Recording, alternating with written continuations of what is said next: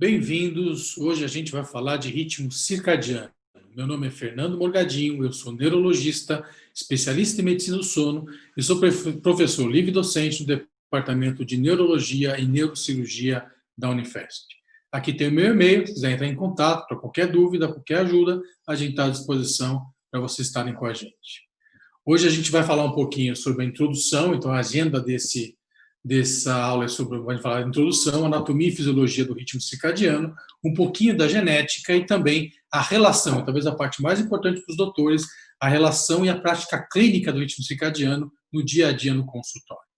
Então vamos lá. Existem alguns ritmos, doutores, que são biológicos. O que a gente conhece mais é o ritmo circadiano, tá certo? É aquele que vai durar de 20 a 24 horas, de 20 a 28 horas. O ritmo mais comum circadiano que a gente conhece é o sono-vigília, onde a gente dorme e onde a gente acorda.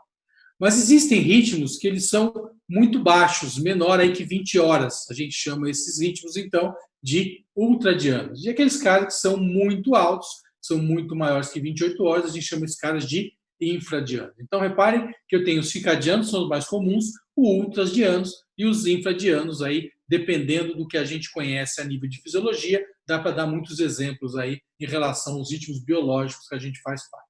Nessa aula, particularmente, a gente vai abordar muito mais os ritmos circadianos.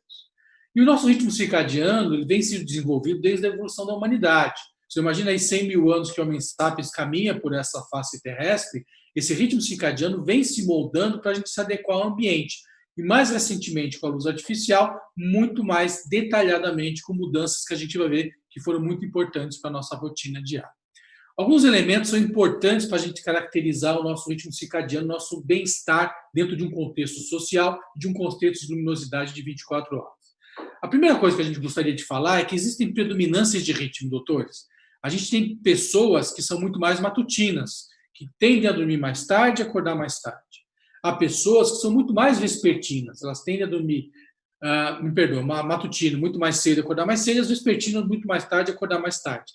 E alguns de nós somos indiferentes, ou seja, a gente, na verdade, se adequa tanto à vespertinidade quanto à matutinidade.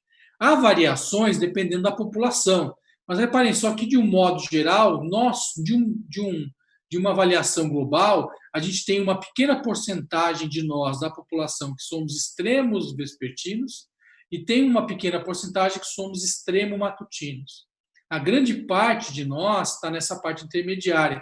A gente consegue se adequar tanto a um padrão matutino quanto a um padrão vespertino. Então, essa é a primeira dica, que a gente tem preferência a nível circadiano e todos nós sabemos disso, até por nossa conta e nossa família. Além da preferência circadiana, outros elementos são importantes em relação a você se adequar dentro de um padrão de ritmo de 24 horas. O outro é a duração do sono. A gente sabe que existem dormidores que são mais longos, dormidores que são mais curtos. O recém-nascido dorme ao redor de 20 horas. O idoso, tem muitos que ficam bem com 6 horas. O adulto normal, o adulto jovem, em torno de 7 a 8 horas. Então, se você for um paciente, uma pessoa dormidora longa, com um padrão circadiano, por exemplo, vespertino, você vai ter uma característica circadiana X. Se você for um dormidor curto e um padrão matutino, o teu padrão de sono vai ser outro padrão. Então, repare que são elementos importantes para você definir no seu contexto ou na tua evolução comportamental como é que é o teu dia a dia a nível de 24 horas. E o terceiro elemento, que eu acho que é mais importante de todos, é justamente a duração do ritmo circadiano. Mas você podia perguntar, mas Fernando, afinal de contas, a gente não tem um ritmo que é de 24 horas? A resposta é, infelizmente, não. Se a gente olhar essa figura, grande parte de nós cicla internamente menos de 24 horas. E a grande maioria de nós, doutores, vai ciclar mais que 24 horas. Isso quer dizer que, se eu deixar o meu ritmo biológico endógeno livre, eu vou ter um ritmo que vai ser maior que o ritmo de 24 horas do dia. Então, da importância da gente ter marcadores e marcapassos endógenos para a gente ficar pinado dentro de um contexto a nível de 24 horas. Então, esses três elementos, preferência circadiana, duração do sono e duração de ritmo circadiano, vão nos ajudar muito a entender como é que nós nos comportamos diante de um padrão social, particularmente agora na pandemia, por exemplo, dentro de um contexto de quarentena. Então, vamos falar um pouquinho aí de ritmo circadiano, tentando entender um pouco esses elementos que a gente conversou. O que a gente sabe, e vem desde o século XVIII, é que várias células do organismo têm um padrão de marca-passo próprio.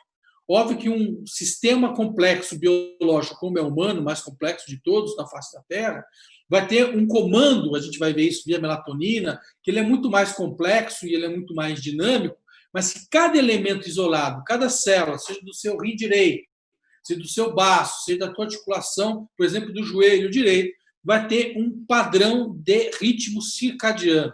Então, se eu for um cara matutino, eu vou ser matutino no meu sistema todo de controle, mas também a nível celular, de cada célula que compõe esse complexo mecanismo, ou esse complexo elemento que é o corpo humano. E aqui a gente começa a imaginar que eu tenho um padrão que ele é constante e ele é endógeno, que pode ser, como a gente viu, de 24 horas, parte de nós menos de 24 horas, parte de nós muito mais que 24 horas, e que a gente tem que fazer uma sincronização com o meio externo. Ora, se eu durmo 25 horas biologicamente, o meu padrão, né, não é dormir, mas o padrão biológico é de 25 horas, se eu não me colocar dentro do prumo de um padrão social e de luminosidade de 24 horas, eu vou estar desajustado. Então, me adequar biologicamente, independente da minha preferência, a esse ritmo que é do organismo, da luminosidade, da sociedade, faz com que eu tenha uma interação social que ela se dê de uma maneira melhor.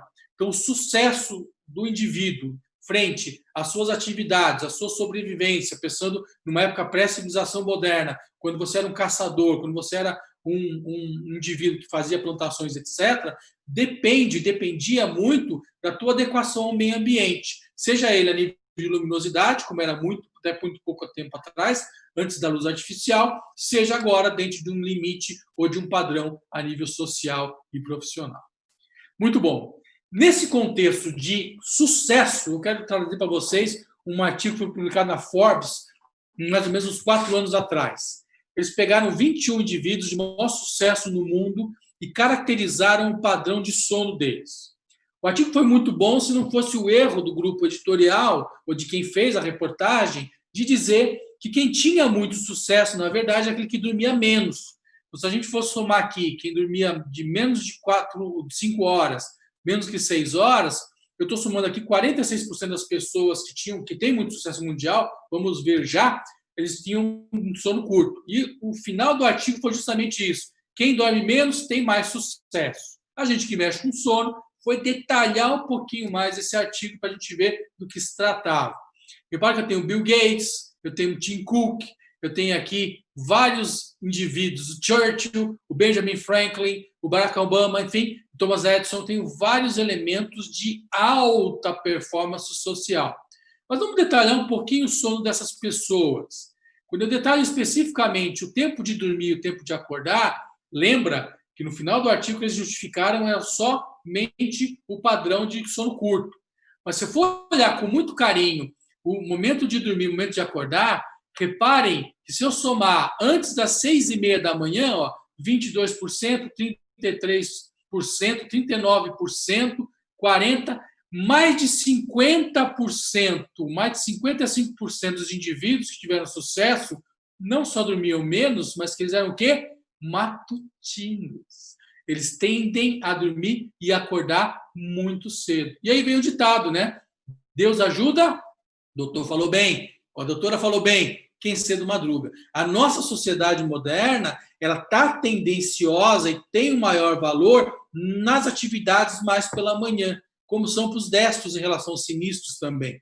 Então, reparem que são vantagens sociais de características, e nesse caso circadianos, que deram a essas pessoas, por um padrão biológico, genético, num contexto ambiental, essa vantagem com o sucesso. Então, reparem só que o ritmo circadiano não é só teoria, não é só melatonina, é também a prática e o sucesso, por exemplo, de indivíduos dentro das suas respectivas carreiras. Vamos falar um pouquinho, doutores, da anatomia e fisiologia do ritmo circadiano, né? Como é que funciona isso? E talvez o grande ator, o principal ator desse quadro ou desse filme todo seja o núcleo supraquiasmático. O núcleo supraquiasmático, como o próprio nome diz, fica na região supraquiasmática e ele é um maestro. Esse cara rege o nosso ciclo sono-vigília.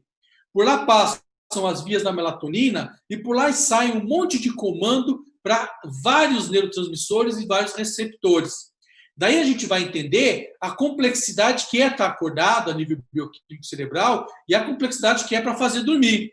Então é muita ingenuidade nossa achar que um remédio que age num receptor vai simular o sono perfeitamente. Reparem que a gente vai ver, existem muitos neurotransmissores que são envolvidos, muitos receptores em regiões diversas do sistema nervoso central. Então isso é muito importante você entender. E o núcleo supraquiasmático ele tem essa capacidade de reger o sono, reger a vigília.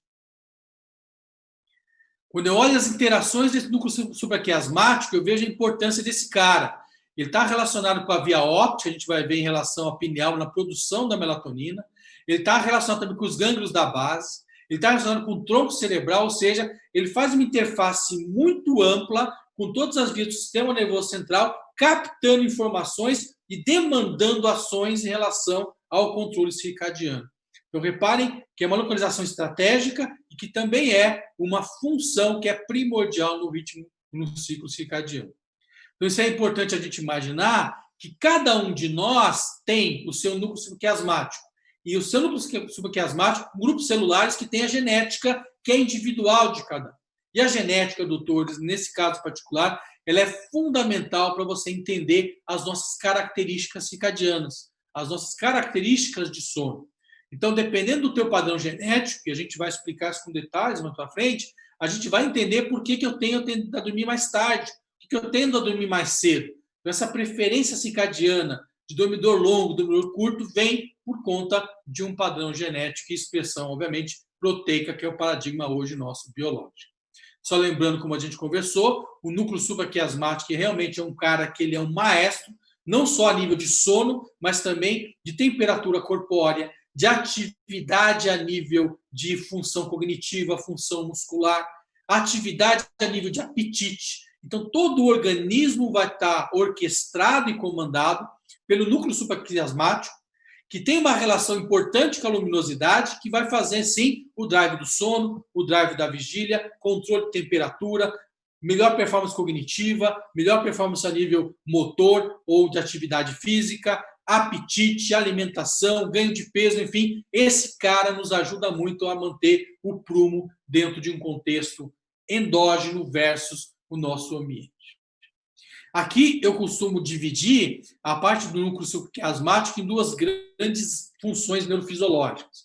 Uma mais de cerne, mais de núcleo, né? Que está relacionada mais com o hipotálamo, e aí tem muita influência a parte de apetite, e aí o hipotálamo na regulação de temperatura, de apetite, a gente vai ver a função importante aí do peptídeo intestinal vasoativo, da liberação da gastrina, ação da leptina. Então, essa é a parte do core, né, da parte central desse comando em relação ao controle autonômico desse paciente, do nosso organismo. E o shell, quando você amplia um pouco mais essa concha, você vai ver a relação importante com o tálamo, com o tronco cerebral, e aí o controle autonômico a nível de vasopressório, pressão arterial, controle a nível de vasoconstricção e vasodilatação. Então, repare a importância desse núcleo no comando do organismo no modo geral, no funcionamento. E essa implicação no ritmo circadiano é o que eu quero que os doutores guardem em relação ao funcionamento desse cara. Muito bom. Então, reparem novamente aqui, chamando a atenção que esse cara, ele é o núcleo supraquiasmático, que é realmente um marca-passo do organismo. Tem uma relação genética que ele é fundamental, a gente vai ver com isso em detalhe, e coordena, de novo, metabolismo, atividade elétrica, sistema nervoso central, periférico, enfim, todo o organismo acaba tendo um comando relacionado ao ritmo circadiano por esse maestro que é o núcleo supraquiasmático. Quando eu falo da genética em relação ao ritmo circadiano, doutores, a gente tem um modelo muito bacana de estudo que é de drosófila. Por que a drosófila? Porque ela é barata, você compra tubos de ensaio, coloca, elas multiplicam muito rapidamente. A minha vida desses insetos é muito curta, você consegue estudar isso muito bem manipulando. A grande parte do que a gente está estudando e vendo a parte genética aqui é por estudo de drosófila em relação a essa parte genética. Então, tem alguns genes que são importantes. O PER, grupo PER, PER1, PER2, PER3. Eu tenho o bemol, eu tenho o gene clock, eu tenho o CK1E, que a gente vai ver especificamente uma quinase, eu tenho o TIM. esse conjunto de genes, eles vão influenciar, dependendo da tua característica e de cada um, da família, enfim, que a gente herda, o padrão de preferência circadiana, se você vai ser um dormidor longo, se você vai ser um dormidor curto, se você vai conseguir ter maior ou menor adaptabilidade ao meio ambiente. Então, esses caras, eles podem fazer a sua vida ser muito boa em relação à tua adequação ao meio ambiente, ou pode, dependendo da extremidade, ser extremo de um lado ou do outro, trazer uma grande dificuldade para a sua relação com o ritmo circadiano na parte externa. Bem, gente, então essa figura vai exemplificar exatamente como é que funciona, ou dar uma ideia como é que funciona a parte genética do ritmo circadiano. Lembrando que cada célula vai ter um padrão endógeno, vai ter um padrão cíclico e um padrão característica genética de todos nós. Então, de novo, minha célula renal, minha célula da articulação de joelho, todos vão ter esse comportamento dentro da minha genética. Então, repare que eu tenho a região intranuclear, eu tenho vários genes aqui, CRAI1, CRAI2, o PER1, o PER2. Como é que funciona isso? Esses genes vão produzir o RNA mensageiro, esse cara sai do núcleo e nos ribossomas do citoplasma vão produzir esses dímeros. Esses caras eles vão se acumular no citoplasma e vão voltar para se acumular no núcleo. O que acontece com o acúmulo desses dímeros durante o dia? Eles fazem com que eles lotem a região do núcleo e esse núcleo começa a diminuir a atividade, como se a célula entrasse em sono ou em quietude. Obviamente, existem enzimas intranucleares que vão degradando esses dímeros e vão liberando os dímeros para que você tenha o quê? Volte a ter atividade a nível celular. Nesse momento que eu liberei a atividade de novo do núcleo, eu começo a produzir o RNA mensageiro novamente, eu volto a produzir os dímeros a nível de citoplasma, acumulo o dímero de novo no núcleo, acumula muito, fecha a atividade, a célula entra em quiescência, tem as lesões desses dímeros, libera o núcleo, produção de RNA, formando um ciclo. Então, deu para entender que esse padrão de feedback negativo dos dímeros que sai do citoplasma e que vem para o núcleo, dependendo de qual velocidade que eu tenha de produção, do meu predisposição genética, eu vou ter um ciclo mais longo de vigília, menos longo de vigília, em momentos diferentes do dia e diferentes da noite. Então, reparem que aí dá para entender se eu sou um cara dormidor curto, se eu sou um dormidor longo, se eu tenho um padrão circadiano matutino, se eu tenho um padrão circadiano vespertino. Então, esse grupo, essa interação e esse feedback a nível nuclear, citoplasmático, ele vai dar para a gente um padrão circadiano de cada célula e, no final das contas, do nosso organismo. Então, aqui só lembrando, né, que a gente tem uma relação importante, de novo, o núcleo supraquiasmático ele é fundamental nessa história, quando eu falo em relação ao controle. E, de novo, eu tenho aqui a representação da clock, da BMA1, da PER, da CRAL, enfim, de vários genes que vão ter não só o controle a nível circadiano do sono da vigília, mas também de frequência cardíaca, de liberação de insulina, de degradação de glicose, de liberação de leptina, e aí vai. Então, todo organismo vai ciclar circadianamente falando, dependendo desse padrão nosso genético, que vai ser comandado não só em cada célula do organismo, mas agora falando de um organismo complexo como é o humano, a nível do núcleo supraquiasmático, em relação ao controle circadiano. Isso aqui é muito importante, né? Lembrar que quais são os elementos que vão ciclar o nosso organismo. Quando é que eu vou dormir, quando é que eu vou acordar? O grande ciclador, gente, tem uma palavra em alemão, que é o Zeitberger. Zeitberger é uma palavra em alemão que caracteriza o cara que vai ciclar o nosso ritmo circadiano. Até 100, 150 anos atrás, a gente não tinha nada além da luz que colocava a gente para dormir e acordar, tá certo?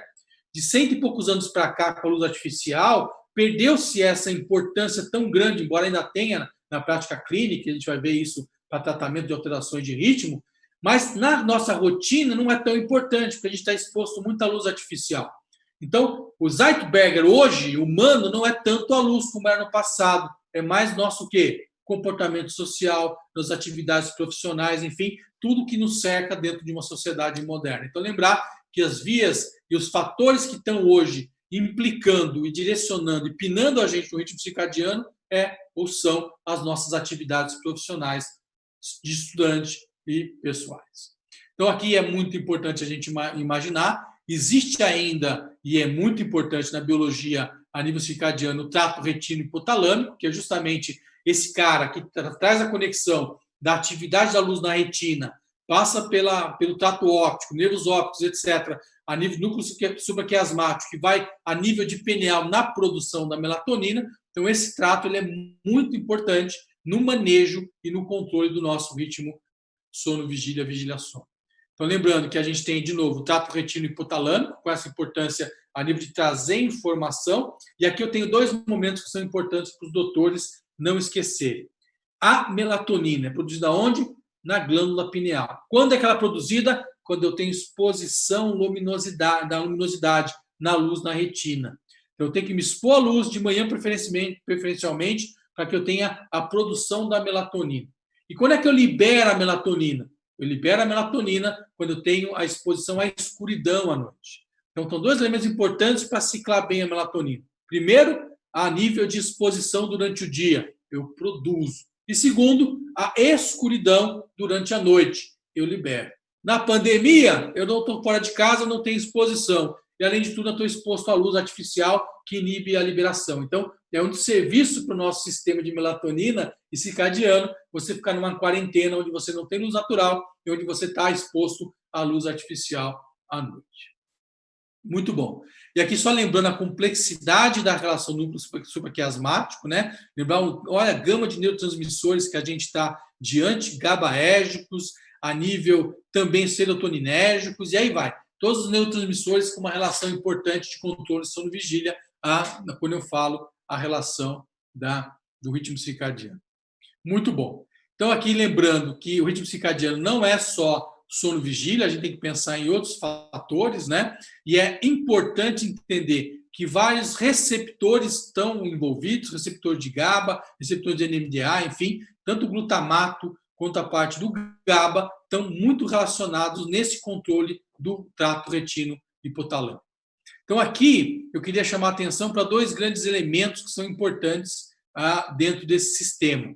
Um deles é o grupo serotoninérgico, que está relacionado com a parte mediana da RAF, então tem uma interação importante nesse comando a nível do núcleo supraquiasmático também. Lembrar na parte clínica as insônias ou a parte de depressão relacionando com alteração de ritmo circadiano, então uma alteração de monaminas cerebrais, seja dopamina, noradrenalina, seja serotonina, particularmente nesse caso a nível mediano da RAF, então lembrar a importância com esse padrão. E aqui em cima o trato genículo hipotalâmico, lembrar que a nível do complexo geniculado lateral, muito relacionado com a visão, eu tenho ação a nível de GABA, também sendo importante a nível de inibir e induzir o sono. Então, reparem que a conexão desse trato e do núcleo supraquiasmático ele é muito complexa e está muito relacionado com vários neurotransmissores e com vários receptores.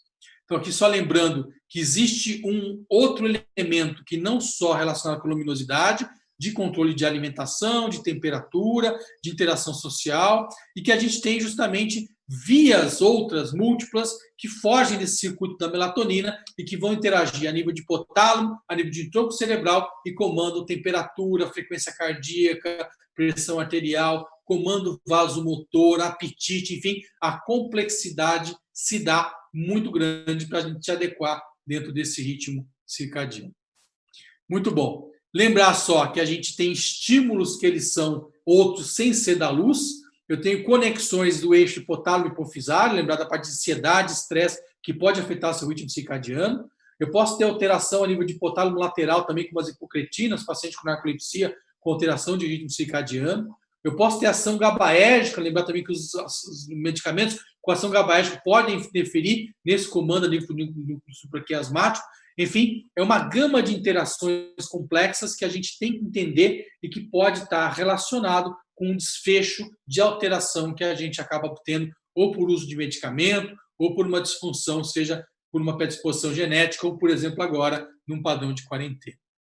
Aqui lembrar que todas as células têm um padrão, de novo, biológico, que é cíclico, o fibroblasto, o hepatócito, enfim, células do pulmão, e que a gente sabe que esses genes, como o gene clock, por exemplo, vai dar para esses tecidos um padrão específico, uma marca genética de padrão circadiano, que é de cada um de nós, que é de cada organismo.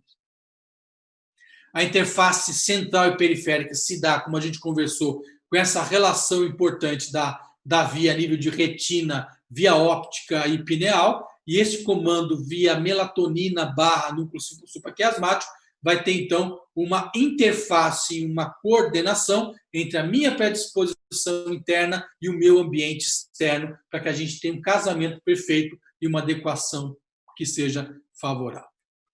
Muito bom. Lembrar, como a gente conversou, da relação dos corticoides, né? Liberação sempre da manhã dos corticoides. Isso explica, por exemplo, como a gente está pior de uma gripe ou de uma doença, sempre no final do dia, no início da noite, porque seu nível endógeno de corticoide ele cai demais, você está menos protegido endogenicamente de corticoide. E lembrar que essa liberação, doutores, ela é fundamental que cicle conforme o ritmo de cada organismo. Se eu começar a ter liberação de corticoide endógeno, momentos atípicos do meu ritmo, que não seja de manhã quando eu acordo, eu posso ter, por exemplo, um padrão de aumento de peso excessivo, como a gente vê em doenças do sono, como a apneia obstrutiva do sono, etc., que faz um Cushing endógeno por liberação desses hormônios em momentos do ritmo circadiano que não são favoráveis. Bem, falando um bocadinho de teoria para vocês, agora vamos falar do que a gente vê mais, né? Que é a alteração do ritmo circadiano na prática clínica. Como é que funciona isso, Fernando Morgadinho, na sua prática em relação à rotina de paciente? Então, vamos lá. A primeira coisa que eu falo para os doutores em relação a saber do ritmo circadiano é entender que eu preciso ter informações desse paciente para saber se esse cara é um dormidor longo, se é um dormidor curto, se é um cara mais matutino, mais vespertino. Vai me ajudar a colocar ele no contexto social de trabalho e ver por que ele não está adequando dentro desse padrão. Por quê? Se ele procura um especialista, um médico, independente da área, com queixa de sono e tem alteração de ritmo, a gente tem que identificar para tratar do melhor jeito possível. Esse é um exemplo de identificação de padrão de sono de pacientes. Aqui é um diário do sono que a gente elaborou aí para um grupo. Esse diário eu posso preencher de duas maneiras, né? Colocando a data e os horários de dormir e acordar. Ou eu gosto mais dessa maneira. Quando eu deito, eu ponho setinha para baixo. Quando eu durmo, eu pinto quadradinho. Quando eu levanto, eu ponho setinha para cima. Quando eu estou acordado, eu vou ter, então, um padrão de quadradinho branco. Isso vai me dar, durante os dias da semana, várias semanas, pelo menos duas, a gente recomenda, um padrão de sono e vigília que vai caracterizar. Se o paciente vai dormir todo dia às 3 da manhã e acorda a meio-dia, já dá para entender que esse paciente está com atraso de fase. Se ele começa a ter um padrão irregular, então um padrão não 24 horas. A gente vai ver, daqui a pouquinho os doutores vão estar craque para identificar esses padrões. Vamos lá. Óbvio que se você for um especialista ou precisar de um paciente mais complexo, eu posso fazer uso de um actígrafo, que é esse cara aqui. Esse é um exemplo de actígrafo, ele está até feito aqui no Brasil, uma empresa que exporta para o mundo todo, a gente trabalha mais com isso na clínica, na universidade. O que esse cara faz? É um reloginho, eu coloco no membro superior não dominante do paciente, toda vez que ele tem movimentação, ele vai pintar uma hastezinha como está aqui. Então, reparem, eu tenho um monte de montanha, porque ele mexeu o braço e foi mostrando. Quando eu tenho atividade, eu tenho representação gráfica. Quando eu tenho repouso, eu tenho, teoricamente, ele dormindo, eu não tenho nada. Então, esse paciente, reparem que ele tem um padrão, vai dormir, vai acordar, tá vendo aqui? Então, aqui sono, aqui vigília, aqui sono, aqui vigília. A gente costuma avaliar esses pacientes de 2 a 4 semanas com um contínuo reloginho, só tira para tomar banho e o resto ele mantém contínuo no membro superior não dominante. Muito bom. Quais são os transtornos do ritmo circadiano, então, que eu vejo mais frequentemente, que eu consigo identificar e tratar?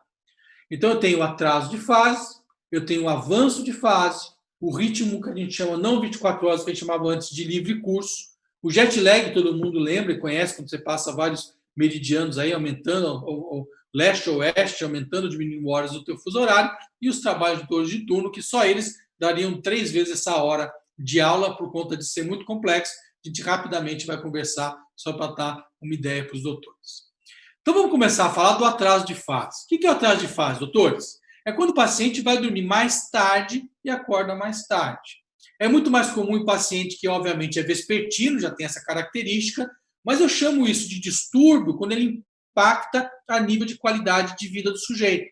Ele não consegue fazer nada da vida, porque ele tem queixa ou de insônia, porque não consegue dormir no horário que deve, ele vai dormir às 3 da manhã, às 10 da noite ele não consegue dormir, porque o horário fisiológico dele é estar dormindo das 3 até às 11, ele se acha que está insônia, ou ele pode reclamar que está sonolento por conta de, na manhã, que é o horário fisiológico dele dormir, ele não está conseguindo fazer a atividade como a aula. Então, repare que as queixas de ritmo circadiano tanto podem ser de insônia, dependendo do horário que ele precisa dormir, mas não o padrão biológico dele, quanto de sonolência, do horário que ele tem que estar acordado, mas biologicamente ele está no ritmo de estar dormindo. Então, são esses dois fatores que podem estar, então, sendo representados numa queixa de uma consulta clínica de quem tem esse problema. Aqui é uma actigrafia, como a gente conversou. Repare, se eu olho aqui à meia-noite à minha esquerda, esse paciente fez uma semana de actigrafia, todos os dias, sem exceção, ele dormia depois da meia-noite. Grande parte ele dormia 1, 2, 3 da manhã. Então, essa é uma actigrafia típica de paciente com atraso de fase, onde eu demoro para começar a dormir e vou dormir até mais tarde, às vezes depois do meio-dia. Se eu olhar esse cara aqui, por exemplo, à noite, ele não vai conseguir dormir, ele acha que ele é insônia. Se eu olhar esse cara aqui na manhã, ele está sonolento. Por quê? Porque o padrão, o bloco de sono dele está desgarrado em relação às atividades sociais e profissionais. Muito bom. Então, se o atraso de fase eu puxo para a direita, ou seja, do mais tarde, acordo mais tarde, esse quadro de avanço de fase é o contrário. Eu vou dormir mais cedo e acordo muito mais cedo. Isso é muito mais comum nos matutinos extremos, né, como a gente imaginou ao contrário do que a gente viu antes dos vespertinos, e pode ser muito comum em idoso. O idoso tende a dormir mais cedo e acordar mais cedo. Quem não tem um vovozinho ou uma vovozinha que está na cozinha às 5 da manhã lavando louça lá e dando uma esfregada e você fica desesperado porque não consegue dormir. Isso é um padrão de avanço de fase.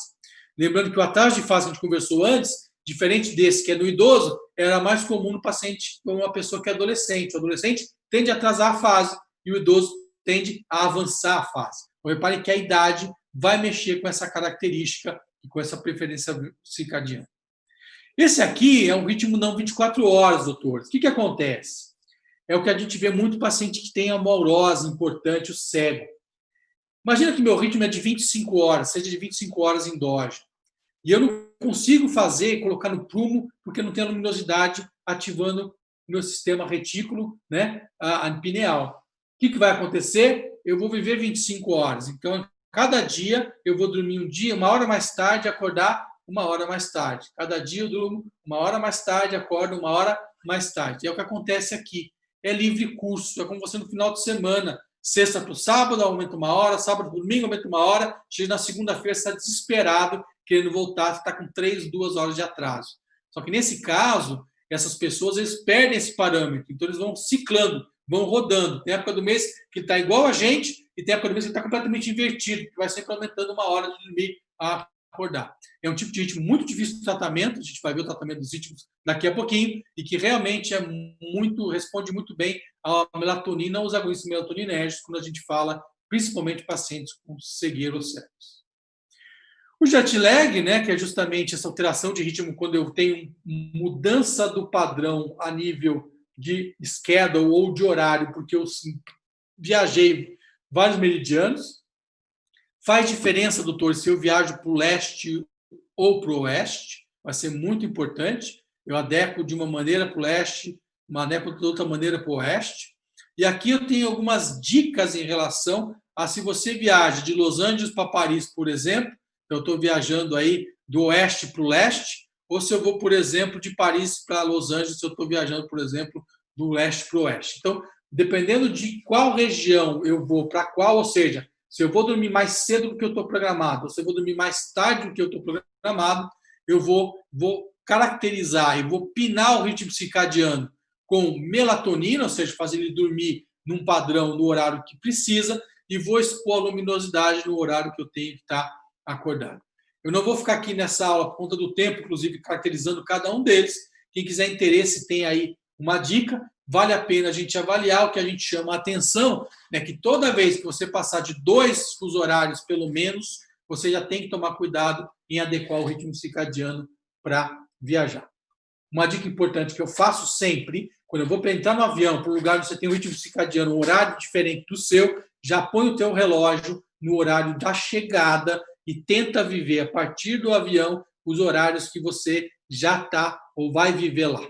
Então, se eu tenho um horário, por exemplo, minha saída daqui é às 10 da noite, e lá já são 2 da manhã, se eu estou indo, por exemplo, para a Europa, né? Se eu estou indo, por exemplo, para o leste, eu já tento dormir, né? Já estou organizado e já vou organizado para você já viver esse momento de luminosidade, escuridão, etc. Trabalhador de turno talvez seja uma das grandes mazelas da humanidade que a gente tenha. Estamos falando de 15 a 20% da população mundial trabalha em turno, com todo o impacto negativo que isso traz. Quem trabalha em turno, gente, tende a viver 10 anos menos que a população geral, morre muito mais precocemente, tem muito mais morbidade. Então, reparem que não é fácil trabalhar em turno. A gente tem os turnos que são fixos, isso é pior ainda. Então, vale de novo uma aula só sobre isso no futuro. Quem sabe a gente conversa, tem oportunidade para conversar em relação a trabalhador de turno.